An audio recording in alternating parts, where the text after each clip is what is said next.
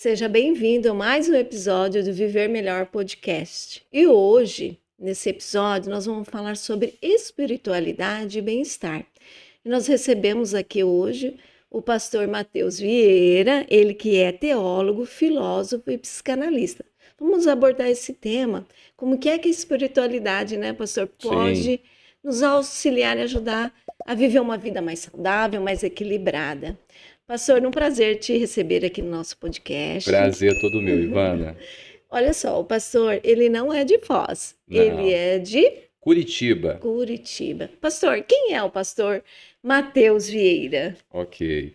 Primeiro, Ivana, obrigado pela oportunidade, obrigado pela possibilidade da gente poder estar aqui partilhando, compartilhando e com toda certeza alcançando tantas pessoas, né? Com uma temática tão importante, tão fundamental, que é o bem-estar, e pensar um pouquinho como a espiritualidade trabalha essa possibilidade. Com relação ao Matheus, sou de Curitiba, nascido em Curitiba, de família metade mineira, metade carioca, com um pedacinho de italiano atravessado por essa costura. Em Curitiba, né, fiz toda a minha vida, a minha formação, sou pastor, estive no Mato Grosso do Sul, né, nos últimos 2 anos e agora em retorno em Curitiba e nesse tempo, nessa semana aqui em Foz, encontrando pessoas tão queridas, num tempo muito bom. Olha só, nós que agradecemos a sua presença aqui em Foz do Iguaçu. Pastor, e nós percebemos pelo sotaque que tem um pouquinho aí Tem. das raízes. Tem o mineiro, tem o carioca, tem tudo. Tem tudo, Tem né? tudo. Graças a Deus. Pastor, vamos começar então pelo nosso tema. Eu quero falar um pouquinho, sobre a importância, então, queria que o pastor esclarecesse para a gente, para a nossa audiência, como é que a espiritualidade pode nos ajudar para o nosso alcance do bem-estar. Eu creio que de modo assim muito fundamental, quando a gente pensa o humano, a pessoa humana, nós precisamos ver as várias facetas que esse humano traz como condição da sua própria possibilidade. Então, em falando de humanidade, nós falamos, né, de um ser que ele é atravessado por uma experiência de espiritualidade. Quando nós dizemos espiritualidade, nós não estamos reduzindo essa experiência à religiosidade, ou seja, a experiência de uma religião. Não, nós estamos dizendo que o homem, enquanto homem, ainda que não adepto a um lugar de religiosidade, ele faz uma experiência de espiritualidade. E o que seria espiritualidade? Seria a condição mais profunda desse homem, e quando digo homem, falo no sentido de humanidade. Então, mais profundo desse homem, mais profundo de si mesmo, e que é esse movimento existencial que coloca ele numa condição de algo que está para além da materialidade. Ou seja, trocando assim, como diria minha avó, por miúdos, né? A vida, na sua expressão apenas material, não nos comporta.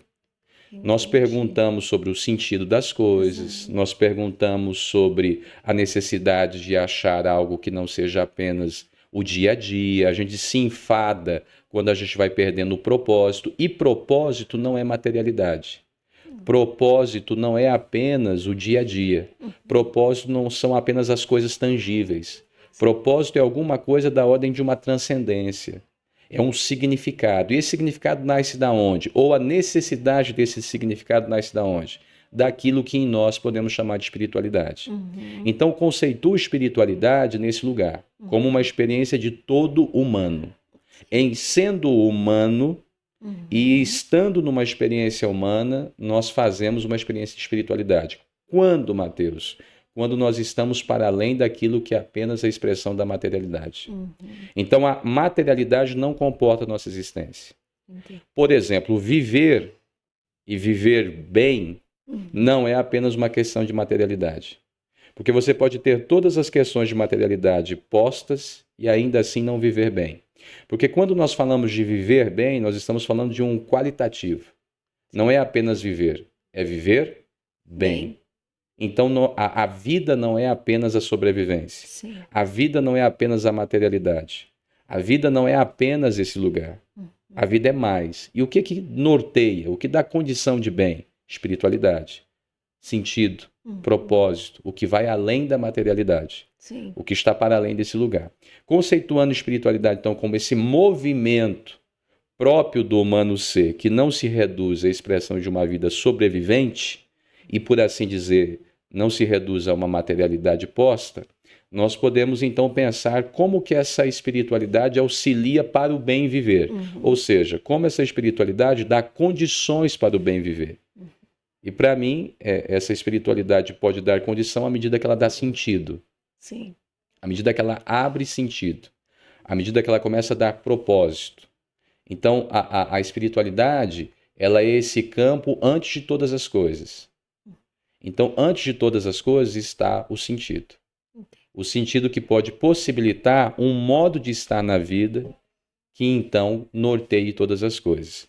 Em síntese, a espiritualidade pode nos ajudar porque ela nos amplia, Uhum. porque ela não nos reduz a uma vida simplesmente cotidiana, dada, Uhum. de circunstâncias, mas ela vai nos levando para um lugar muito mais profundo, muito mais significativo. Sim. Então, a experiência da espiritualidade faz com que a nossa vida não caia na marginalidade de um cotidiano simplesmente feito, automático, mecânico, e por isso exaustivo, e por isso cansativo, e por isso sem propósito. Então, espiritualidade é alguma coisa que nos faz viver bem ou viver melhor e, portanto, nos dá uma condição de bem-estar, porque é como uma costura que vai bordejando a nossa existência em algo que não é simplesmente a vida sobrevivente, que simplesmente não é comer, dormir, acordar, comer, dormir, acordar, comer, dormir, acordar, né? Isso seria a condição básica, material, sobrevivente. Então, a espiritualidade nos dá um bem-estar porque ela nos tira desse lugar automático, nos tira dessa condição automática e nos leva para algo que vai além disso. Falando até abordando esse tema, pastor, entraria nesse âmbito aí a questão de muitas pessoas ansiosas? Total, total. Veja, se a gente pega a ansiedade como, primeiro, uma experiência humana, né? Então, Sim. assim, ela está lá na base das nossas vivências mais primordiais e primárias. Mas a ansiedade, ela também está nesse lugar do e agora? E aqui? Né? O tanto que, né, alguns terapeutas utilizam uma experiência Aham. quando há crise de ansiedade, para que os seus pacientes possam sentir um conforto e um contorno diante da crise, porque a crise da ansiedade, ela meio que vai levando o indivíduo a uma espécie de perca do aqui e agora.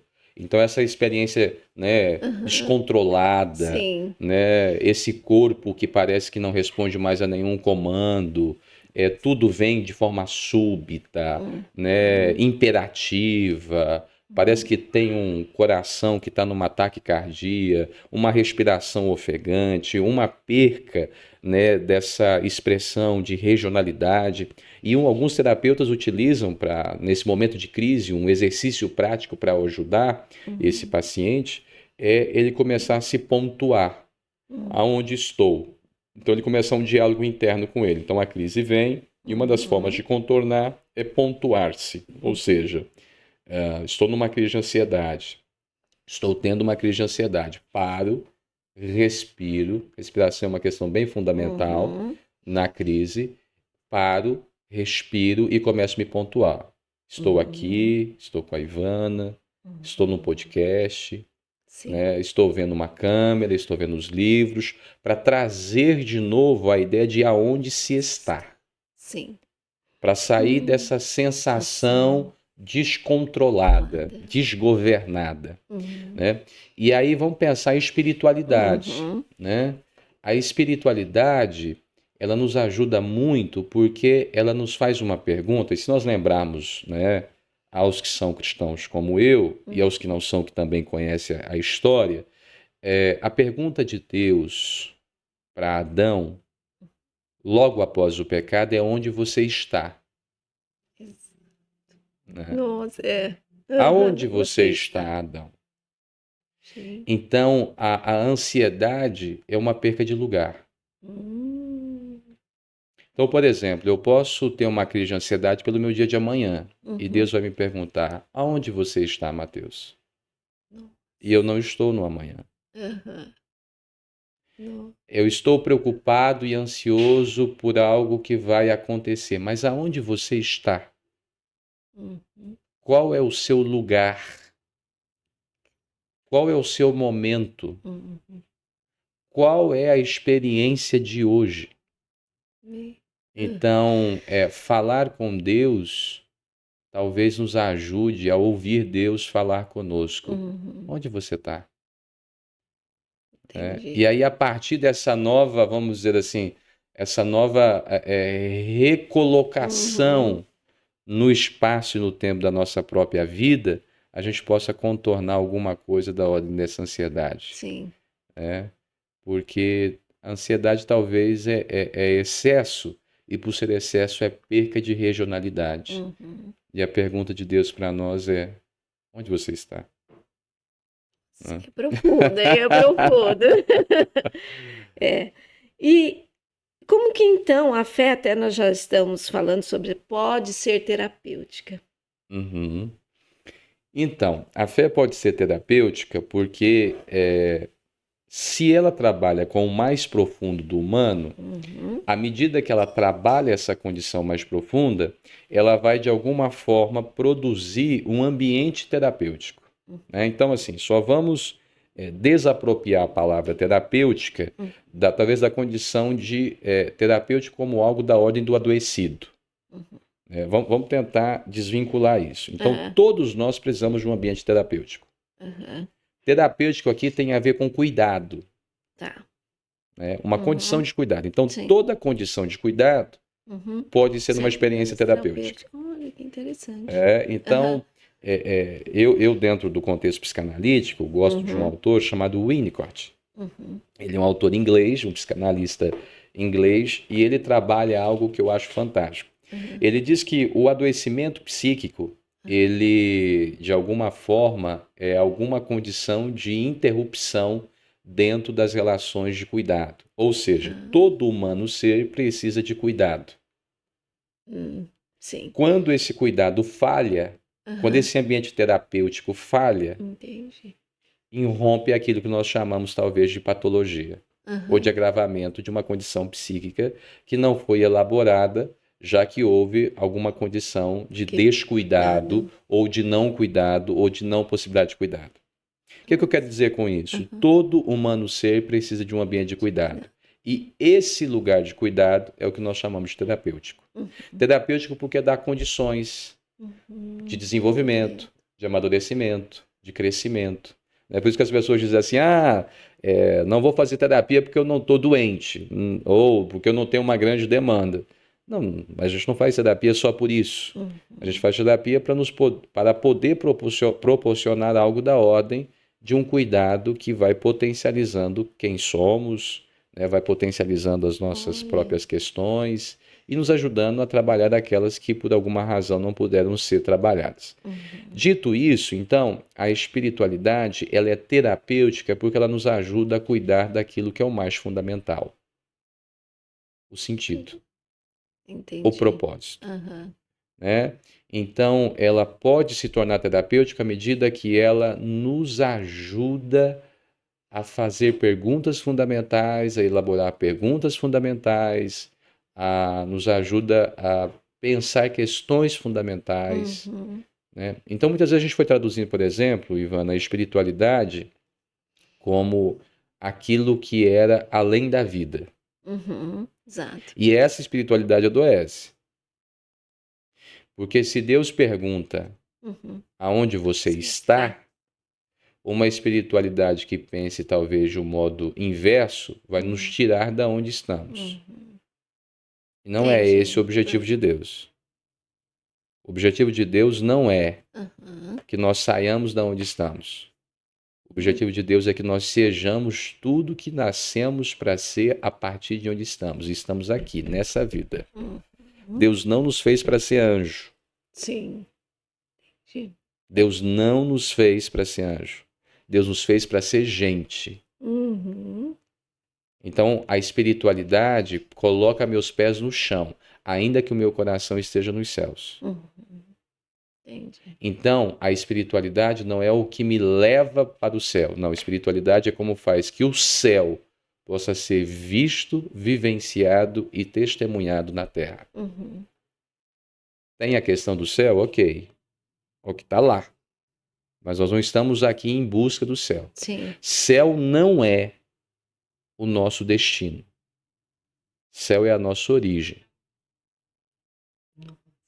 Então, como humano e ser, nós saímos do eterno, estamos fazendo uma experiência humana e terrena, e ao concluirmos, voltamos para casa.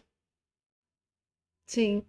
E por que estamos fazendo a experiência humana e terrena? Para testemunhar como é a vida de um filho de Deus. Gente, que profundo. Então, nesse lugar, a espiritualidade que me pergunta onde estou, a espiritualidade que me pergunta como eu posso ser aquilo que eu nasci para ser, a espiritualidade que não me tira da vida, mas me faz atravessar a vida com propósito e com significado, ela é terapêutica. Então, por que a espiritualidade pode ser terapêutica ou como ela pode ser terapêutica? À medida que ela é uma condição de cuidado, para que a gente cuide daquilo que é o mais essencial. Sim. Que é o sentido. Que é o propósito. Até ontem nós estivemos juntos e eu achei interessante algo que o pastor falou, que é que a gente não pode ser guiado pelas nossas circunstâncias. Gente, isso é tão importante, porque muitas pessoas elas avaliam a vida dela pelas circunstâncias. E nós estamos falando de sentido, nós estamos falando de propósito. Como é que uma pessoa que hoje eu quero externalizar e eu até quero que o pastor explique para essa pessoa que está nos assistindo, como é que ela num momento, de repente, ela está vivendo uma situação extremamente, talvez dolorosa, né? Uma situação que não está agradável. Como é que ela pode entender que ela está dentro de um propósito? Como é que ela pode viver tudo isso de Deus para ela? Então,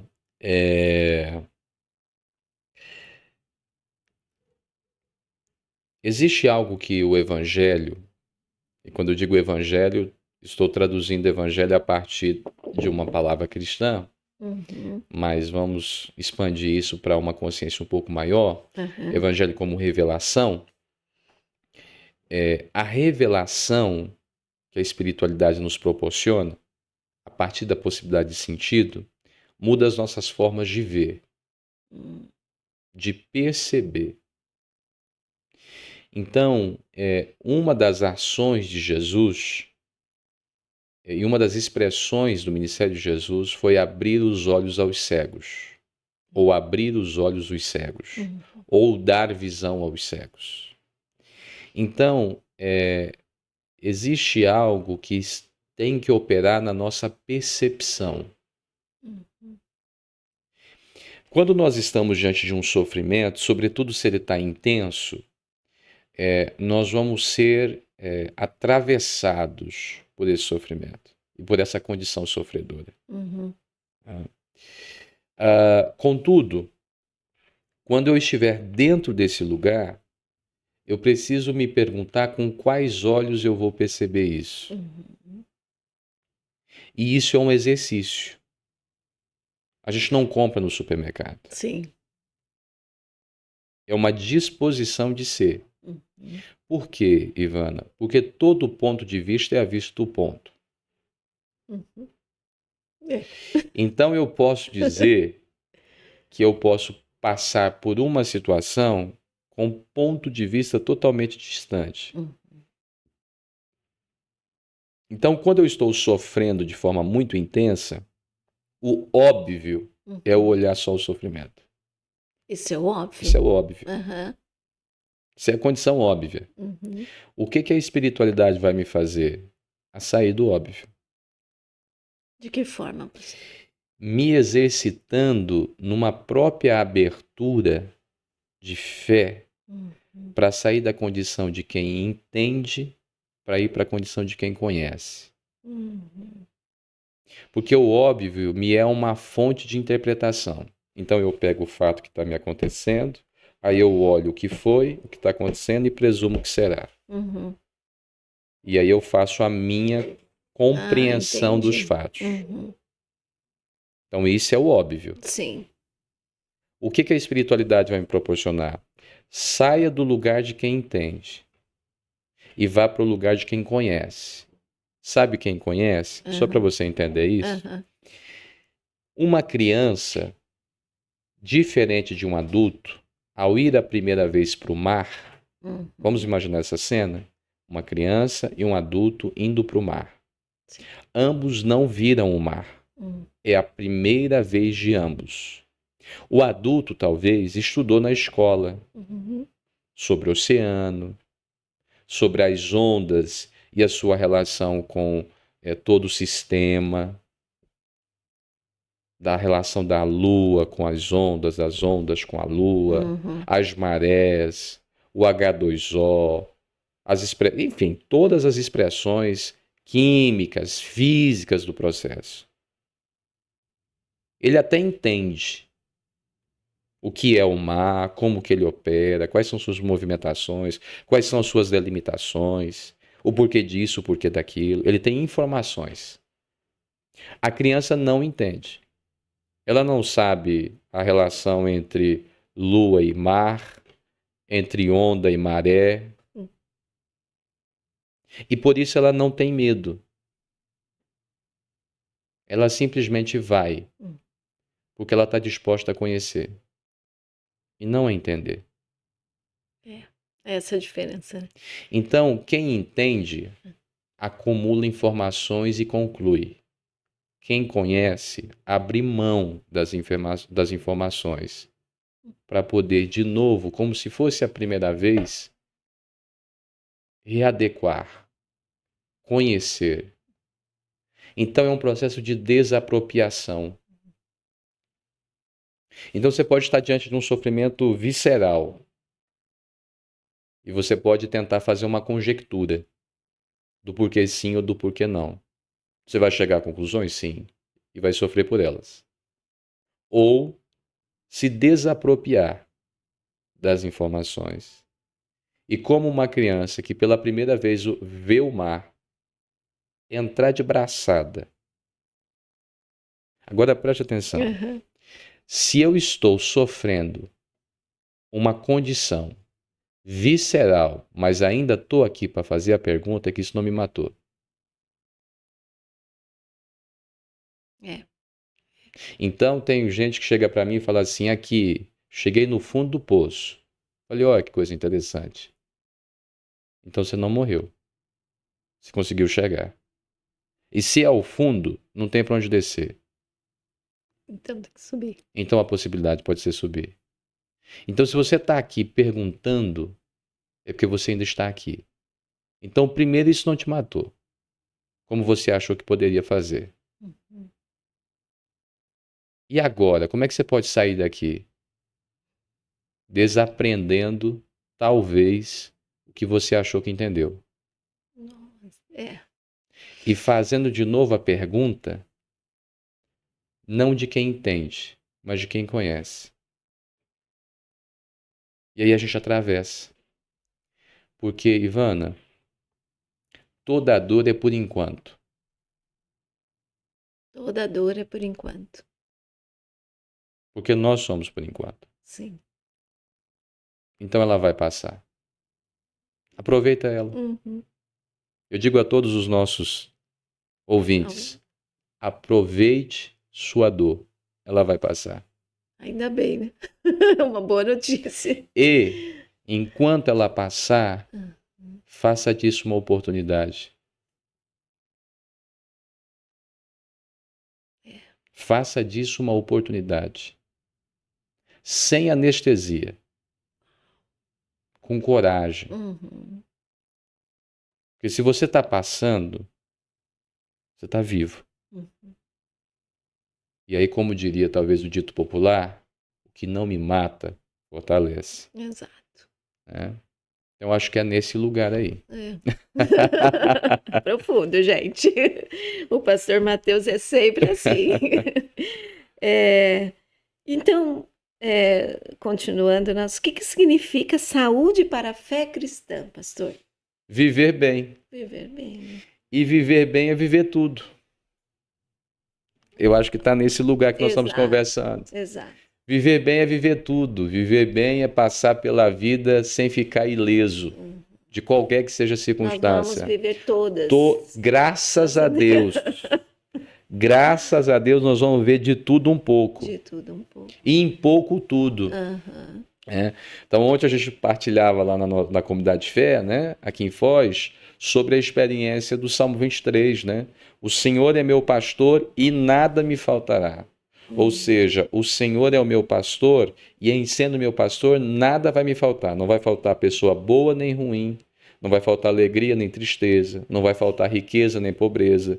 Não vai faltar dias cinzentos nem dias ensolarados. Exato.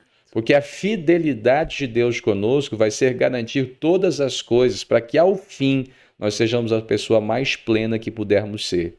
Então, viver bem é viver tudo. A Clarice Lispector tinha, né, e tem, por assim dizer, uma frase em um dos textos dela que eu acho bem bacana. Ela diz assim: da vida eu quero tudo, até o talo. Talvez fé e espiritualidade seja essa coragem. Um homem e uma mulher espiritual talvez seja aquele ou aquela que deseja viver tudo. Exato. Absolutamente tudo. Tudo que a vida vai te Tudo, proporcionar. tudo. Porque as pessoas, e no geral, principalmente algumas que são cristãs, né? Quando algo negativo, vamos dizer assim, negativo, não tá, elas se enfurecem, porque nós não queremos, o natural nosso nós não queremos, né, pastor? Exato. É natural, a gente quer viver o lado bom só. E aí eu vou repetir, né, uma frase de uma prima minha que é psicóloga, que ela diz o seguinte: adulto não vive só o que quer, né? Não. Então, talvez seja isso, faz parte da nossa sensibilidade não querer, mas faz parte da nossa maturidade enfrentar. Você falou sobre viver, alcançar a plenitude, né? Então a gente tem que ter consciente que alcançar também vai trazer para nós dores, sim, sofrimentos, alegrias. Sim, tudo. Tudo. Então Deus vai se garantir. Meu amigo, minha amiga, Deus vai garantir todas as coisas na sua vida a fim de que você seja a pessoa mais plena. Gente. E às vezes, para que você seja a pessoa mais bem resolvida, o que Deus não vai fazer é resolver suas coisas. Uau! Para que você se torne a pessoa mais bem resolvida. Para que você não precise depender de uma circunstância bem resolvida para ser bem resolvido. Mas que você seja a pessoa mais bem resolvida, inclusive para as situações mal resolvidas. Gente. Porque você é a pessoa plena, uma pessoa cheia num mundo de vazios e em parte. Então, fé é a vida até o talo. Até o talo. E aí entra dor e agora. Então, pronto, é esse lugar. Já falamos. Fé. É fé. Fé. Vamos falar um pouco sobre práticas espirituais para esse tema que nós estamos conversando. Joia. Eu quero pensar práticas espirituais, Ivana, com você e com todos os nossos telespectadores, a partir de 2 princípios. Prática espiritual, ela tem a ver com um ponto de intersecção. Eu vou trazer a imagem da cruz. Uma verticalidade que encontra uma horizontalidade. Então, a prática espiritual, ela deve ter 2 movimentos. Eu não vou definir prática. Porque se eu falar que oração só é prática, talvez você ache que jogar bola com seu filho não seja. E se eu disser, por exemplo, que ir à igreja é uma prática espiritual, Talvez estar ao redor da sua mesa com os seus filhos e a sua esposa, ou o seu esposo e seus filhos, talvez não seja. Então nunca se esqueça. As práticas espirituais é o encontro da verticalidade com a horizontalidade. Então, o seu almoço de domingo pode ser uma prática espiritual.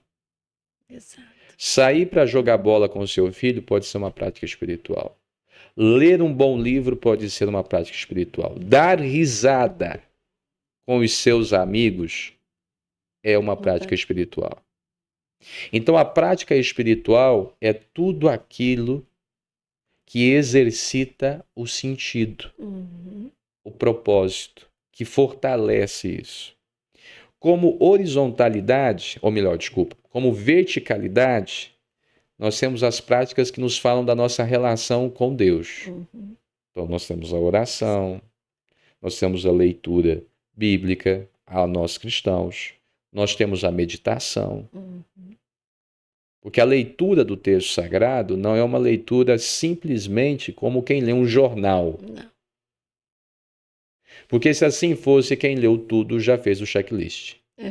Verdade. É uma leitura meditativa.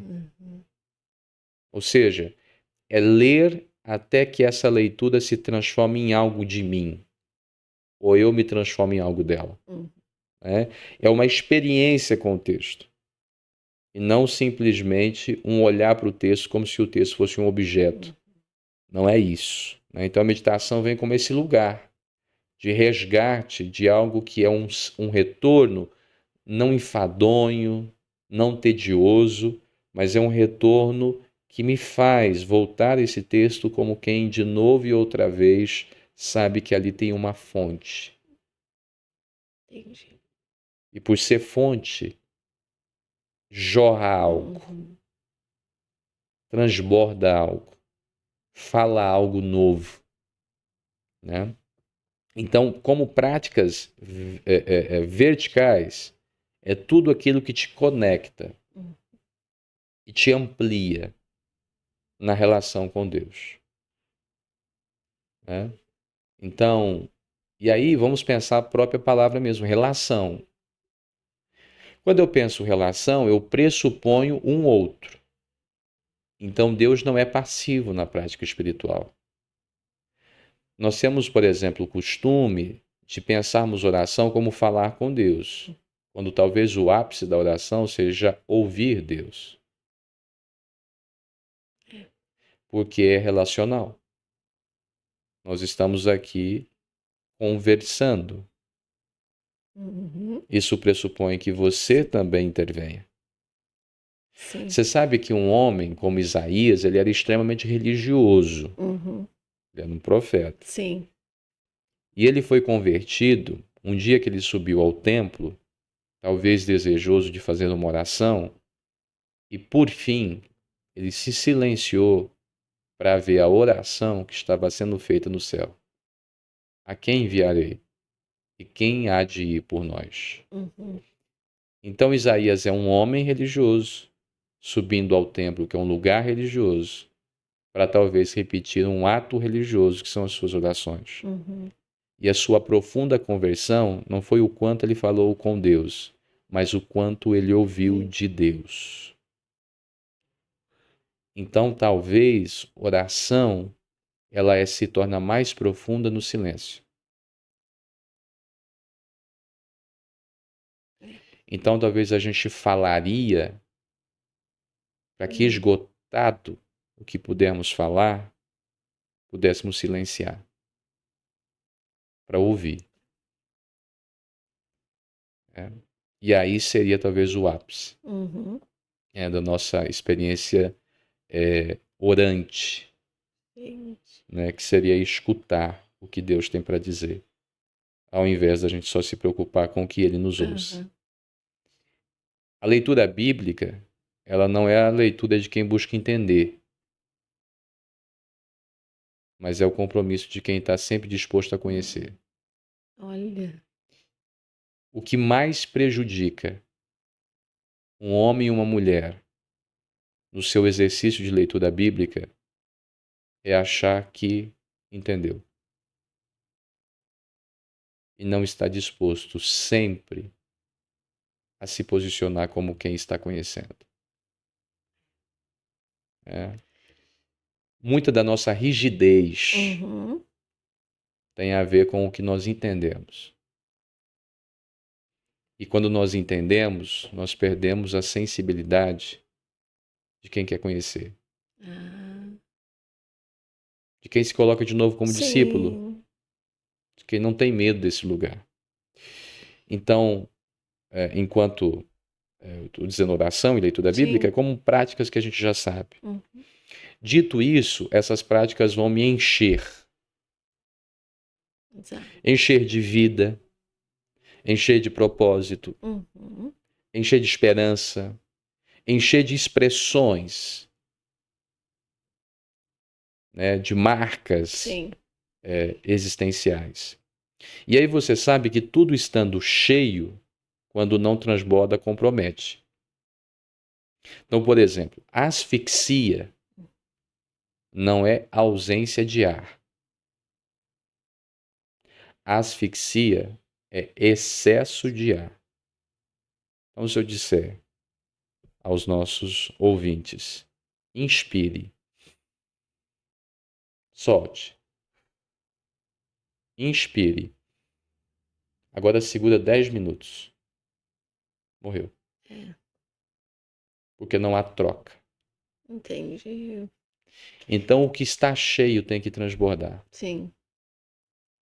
Então, se a sua espiritualidade não te leva para o seu próximo, fique preocupado. Você pode se afogar nela. Uhum. Porque fica em si mesmo. Fique encismesmado. É. Então, se você ora só para falar com Deus, mas não aprendeu a falar com as pessoas, toma cuidado. Daqui a pouco você cria o seu próprio Deus. Então, vertical e horizontal, né? E horizontal é o Essa- transbordamento. Isso, exatamente. Estou tão cheio que não posso É, guardar isso. é. E aí vai se tornar horizontal. E aí, na prática, é família, Vai viver a vida. vai viver a vida. Vai viver a vida. Vai viver a vida. Não tem Toda. nada fora, não é nada fora do comum, né, pastor? Não, tudo é espiritual. Tudo é espiritual. Gente, nós vamos terminar aqui nossa entrevista com o pastor. Tem que pegar um avião, tem reunião. Mas eu quero que você encerre Aham. essa nossa entrevista muito profunda, que acredito eu que vai ajudar muita gente, com um conselho seu, último, para quem está nos assistindo, pastor, para finalizar. Há um texto bíblico que diz que o verdadeiro amor lança fora todo medo. E o que eu quero deixar assim como última expressão para você, para mim, para os nossos ouvintes é: não tenham medo de viver. Seu Deus já é Pai. Amém. Pode ser que você passe por momentos que você não entenda. Pode ser que você viva constrangimentos. Pode ser que você passe por situações desafiadoras. Talvez como Jesus em sua cruz, e portanto todos nós em nossas próprias cruzes, podemos pensar até no momento que Deus nos abandonou. Deus meu, por que me abandonaste? Mas lembre-se que é nesse mesmo lugar que Jesus vai dizer: Pai, em tuas mãos entrego o meu espírito. Não tenha medo de até se desencontrar do divino para poder encontrar o paterno. Olha, Não tenha medo de não encontrar um Deus que faça, mas encontrar um Pai que forme. Não tenha medo de viver. Viva. Vá. Se precisar chorar, você chora. Estanca. Sustenta a angústia. Sustenta o sofrimento. Você ainda está aqui. Você não morreu. Viva, sem medo, porque você é amado. Porque você é amada. Ai, Amém. amém, É isso aí. maravilhoso, pastor. Bom, nós encerramos por aqui, agradecendo mais uma vez ao pastor Obrigado, Ivana. e a vocês que estão nos assistindo. Eu quero pedir algo, compartilhe esse vídeo, é precioso, tenho certeza que vai ajudar muita gente que de repente precisa dessa palavra maravilhosa. E a gente se encontra no próximo episódio. Até mais, gente!